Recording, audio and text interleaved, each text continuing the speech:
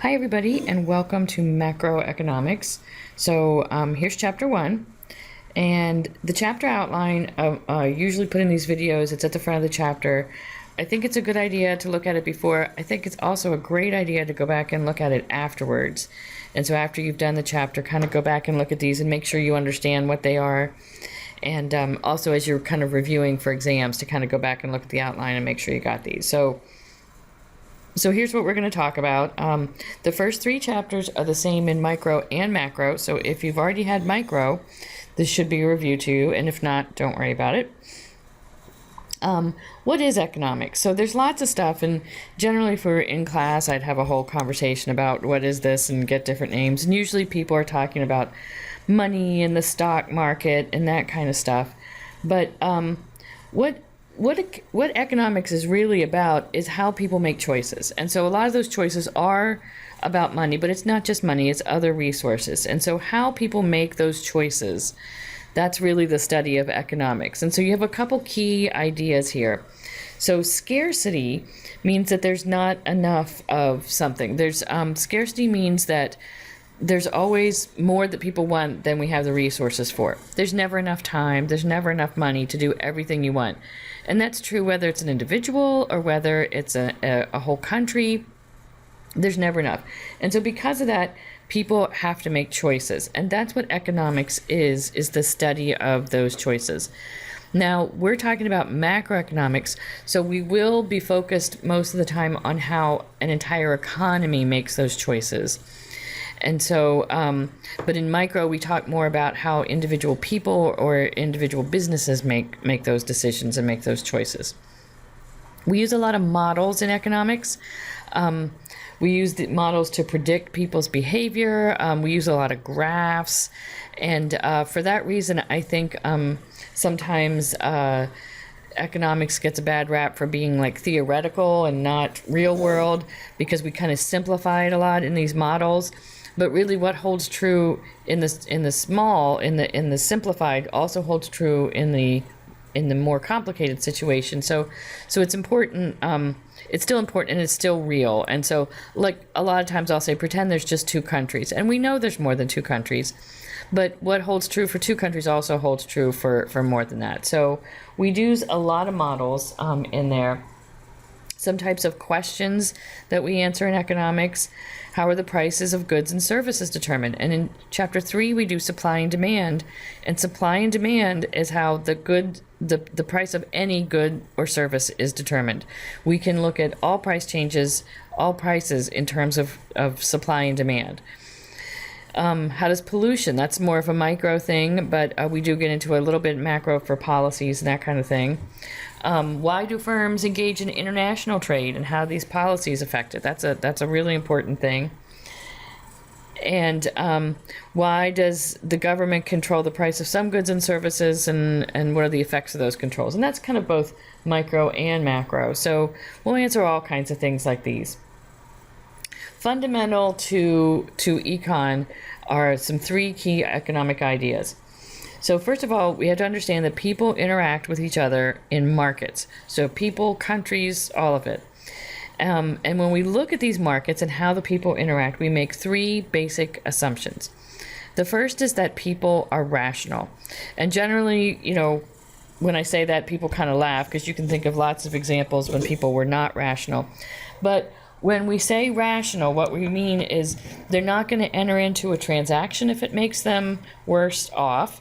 They're also going to always try to get the most bang for their buck, as it were. So whether that's time or money, they're going to try to get the most benefit they can for the lowest cost. So now, people do make different decisions because people value things differently, but you're not going to pay more for something than you think it's worth. It's just different people. That's why some people will buy their coffee at Starbucks and some people will buy their coffee at Dunkin' Donuts, because they value different things. Cars. That's why some people have really expensive cars and some people don't. Some people think that the extra value they're getting is worth the extra money, and some people do not. So they're still, even though they make different decisions, they're still both being rational. So that's what we mean by people are rational. The second key assumption that we make is that people respond to economic incentives. If you want somebody to do something, give them an incentive to do this. We can see this all the way back from toddlers, where you say, if you do this, I'll give you this, where you're bargaining with them. You can see it in elementary school or middle school, where they give rewards for good behaviors. People respond to economic incentives. If I say, you should really do the homework, it'll help you with the test, most people won't do the homework. If I say, okay, I'm going to make the homework 25% of your grade, people will do the homework. So people respond to economic incentives. So if you want somebody to do something, give them an incentive to do it.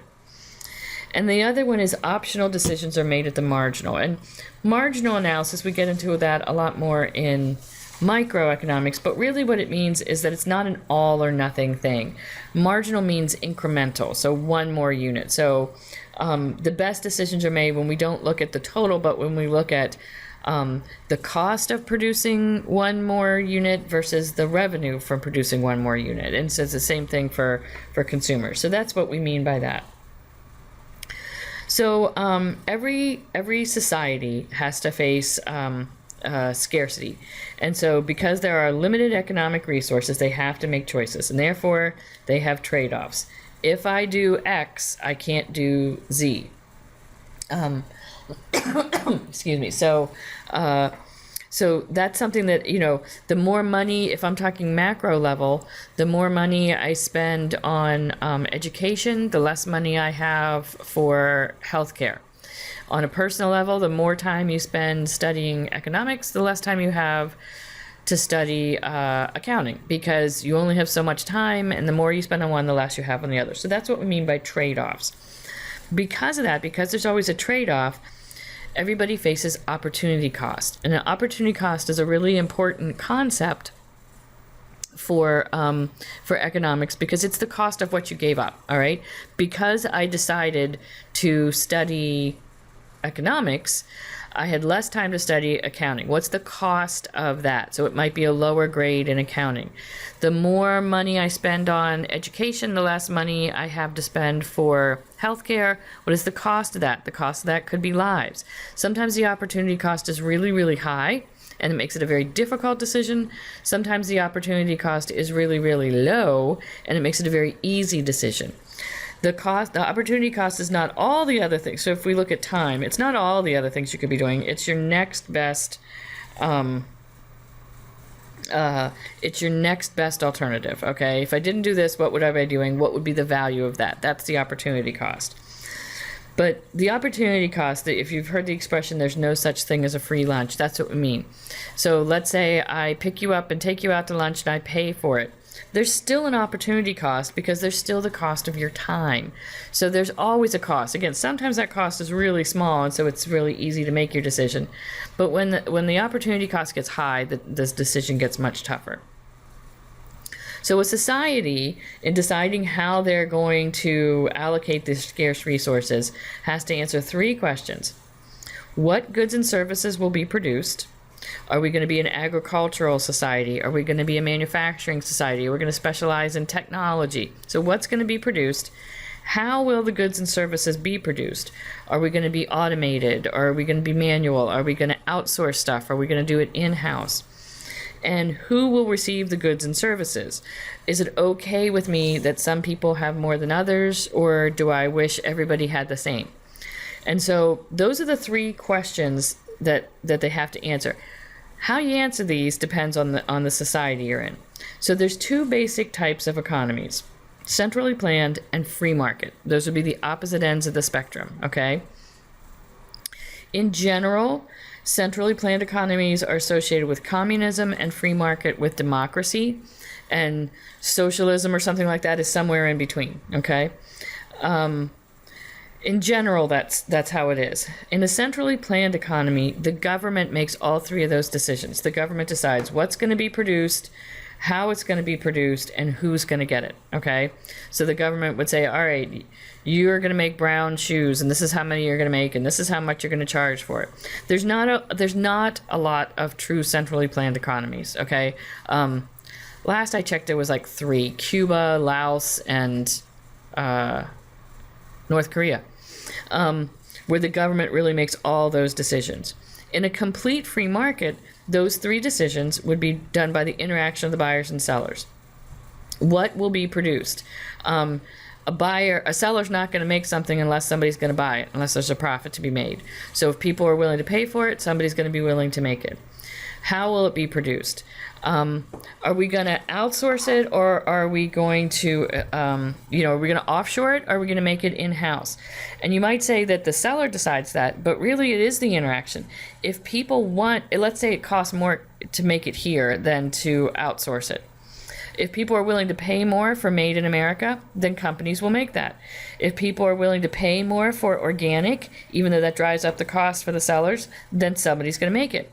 But if people say, oh, I want made in America, but I'm not willing to pay extra for it, then people won't do it, because the companies that do that, their costs will be higher. Nobody's going to buy their stuff if people aren't willing to pay more for it, and they're not going to be in business.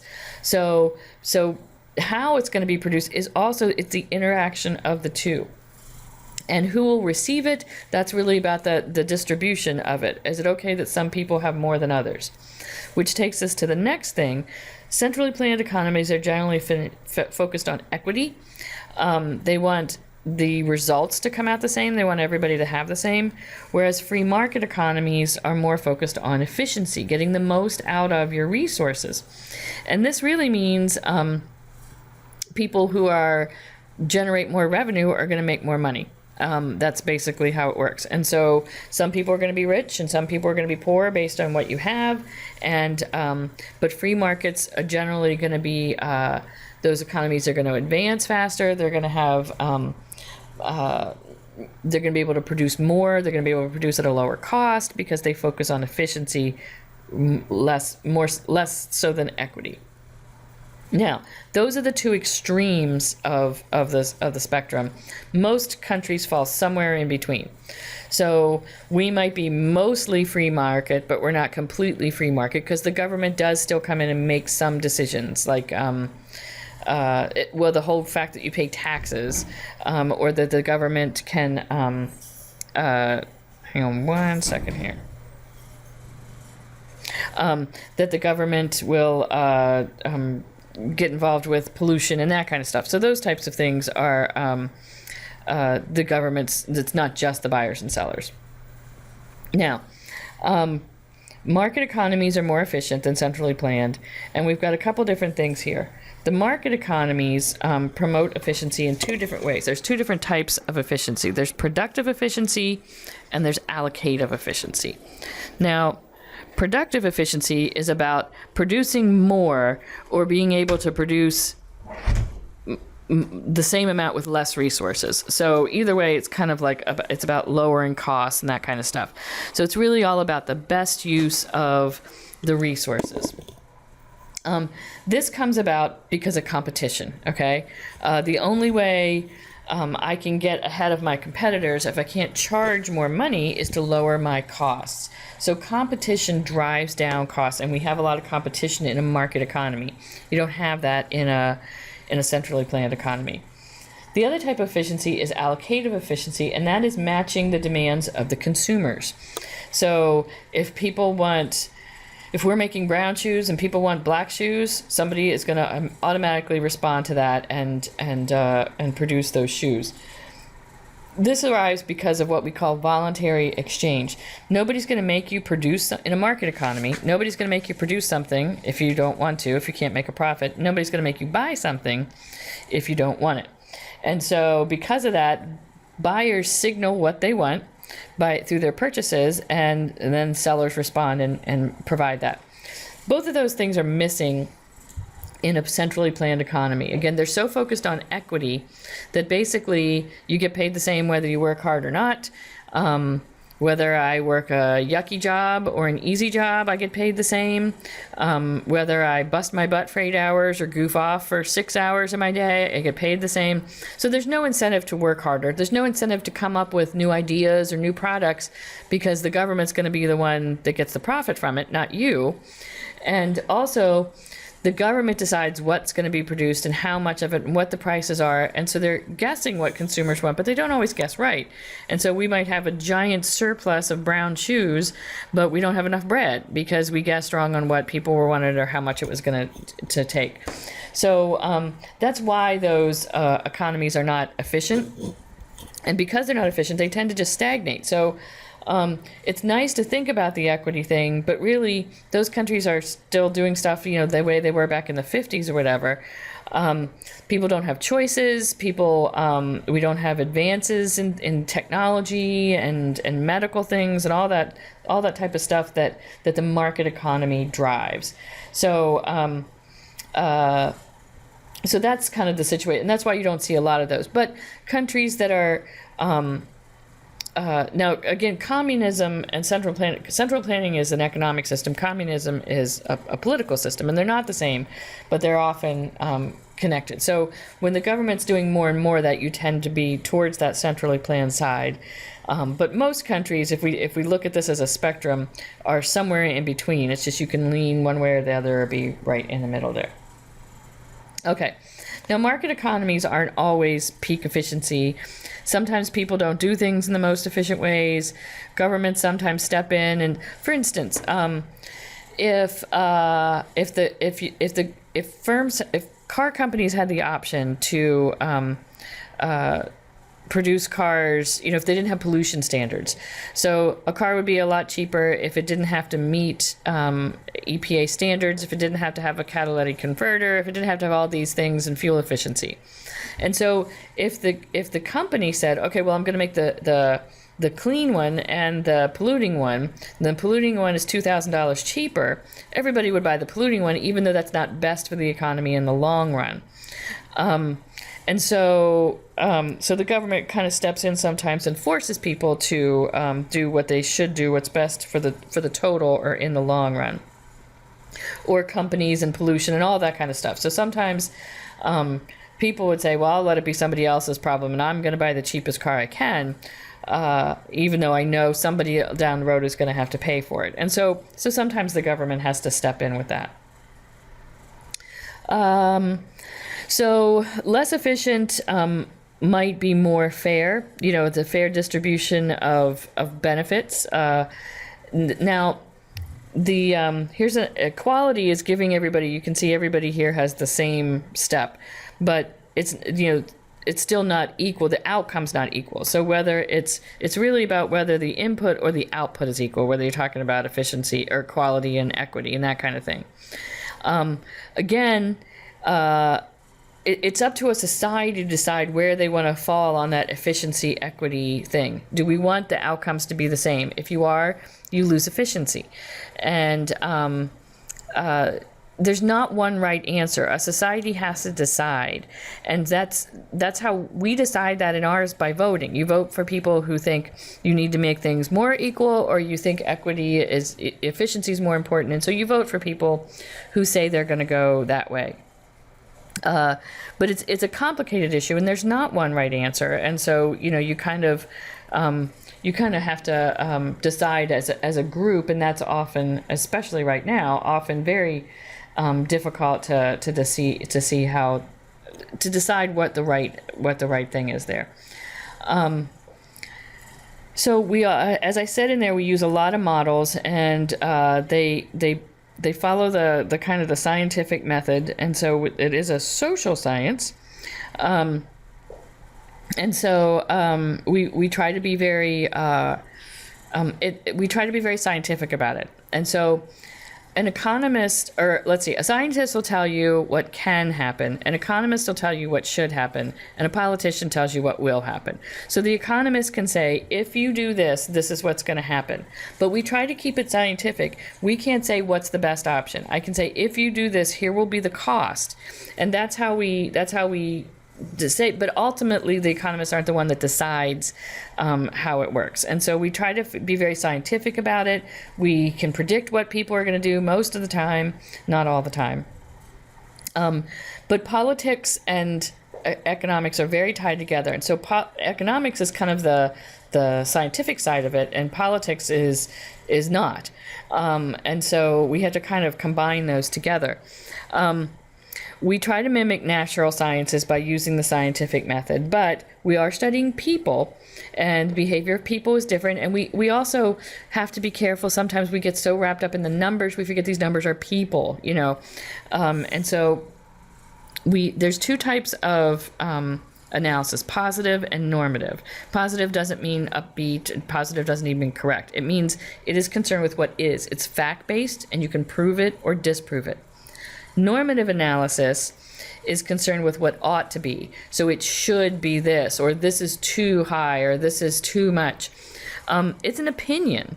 And I can tell you, and so politics, you see a lot of normative, and economics tries to stick to positive. It's fact-based. It's what is. If you raise minimum wage, the unemployment rate will increase by 3%. Okay, that's a positive statement. It's what is or isn't. Now, it can be proven or disproven, and I made that up. But normative says, the minimum wage is too low. Okay, that's an opinion. And I can tell you this: you're never going to convince anybody to change their mind by a normative statement, just by exerting your opinion. But if you keep it to a positive analysis and you keep it fact-based, if we do this, this is what's going to happen, that's going to make a much more convincing argument for anything. So we try to stick to positive analysis. The other thing we cover in here is micro versus macro. Again, micro is individual businesses or individual households and how they do that and how the government attempts to influence. Macro that we're doing is the economy as a whole. So and it's kind of hard to wrap your brain around it sometimes because it's so big, but we talk about things that affect everybody. So not just one business, but all businesses. So inflation, unemployment, economic growth, and why those things are important. So we'll talk about all those things and how we measure them, and then we'll talk about the policies set to influence those. And then the last thing I wanted to say in here is that terms are important, like all fields of study, and so pay close attention to the terms and the definition of it in economics, because there might be some things, like the word positive, for example, has another meaning outside of economics, but in economics it has a different meaning. So don't assume, oh, I know that word. So pay close attention to the definitions there. So that's it for chapter 1, I think. Again, this is an overview. I'm still expecting that you will read the chapters. So read the chapters. Let me know if you have any questions, and I will talk to you soon.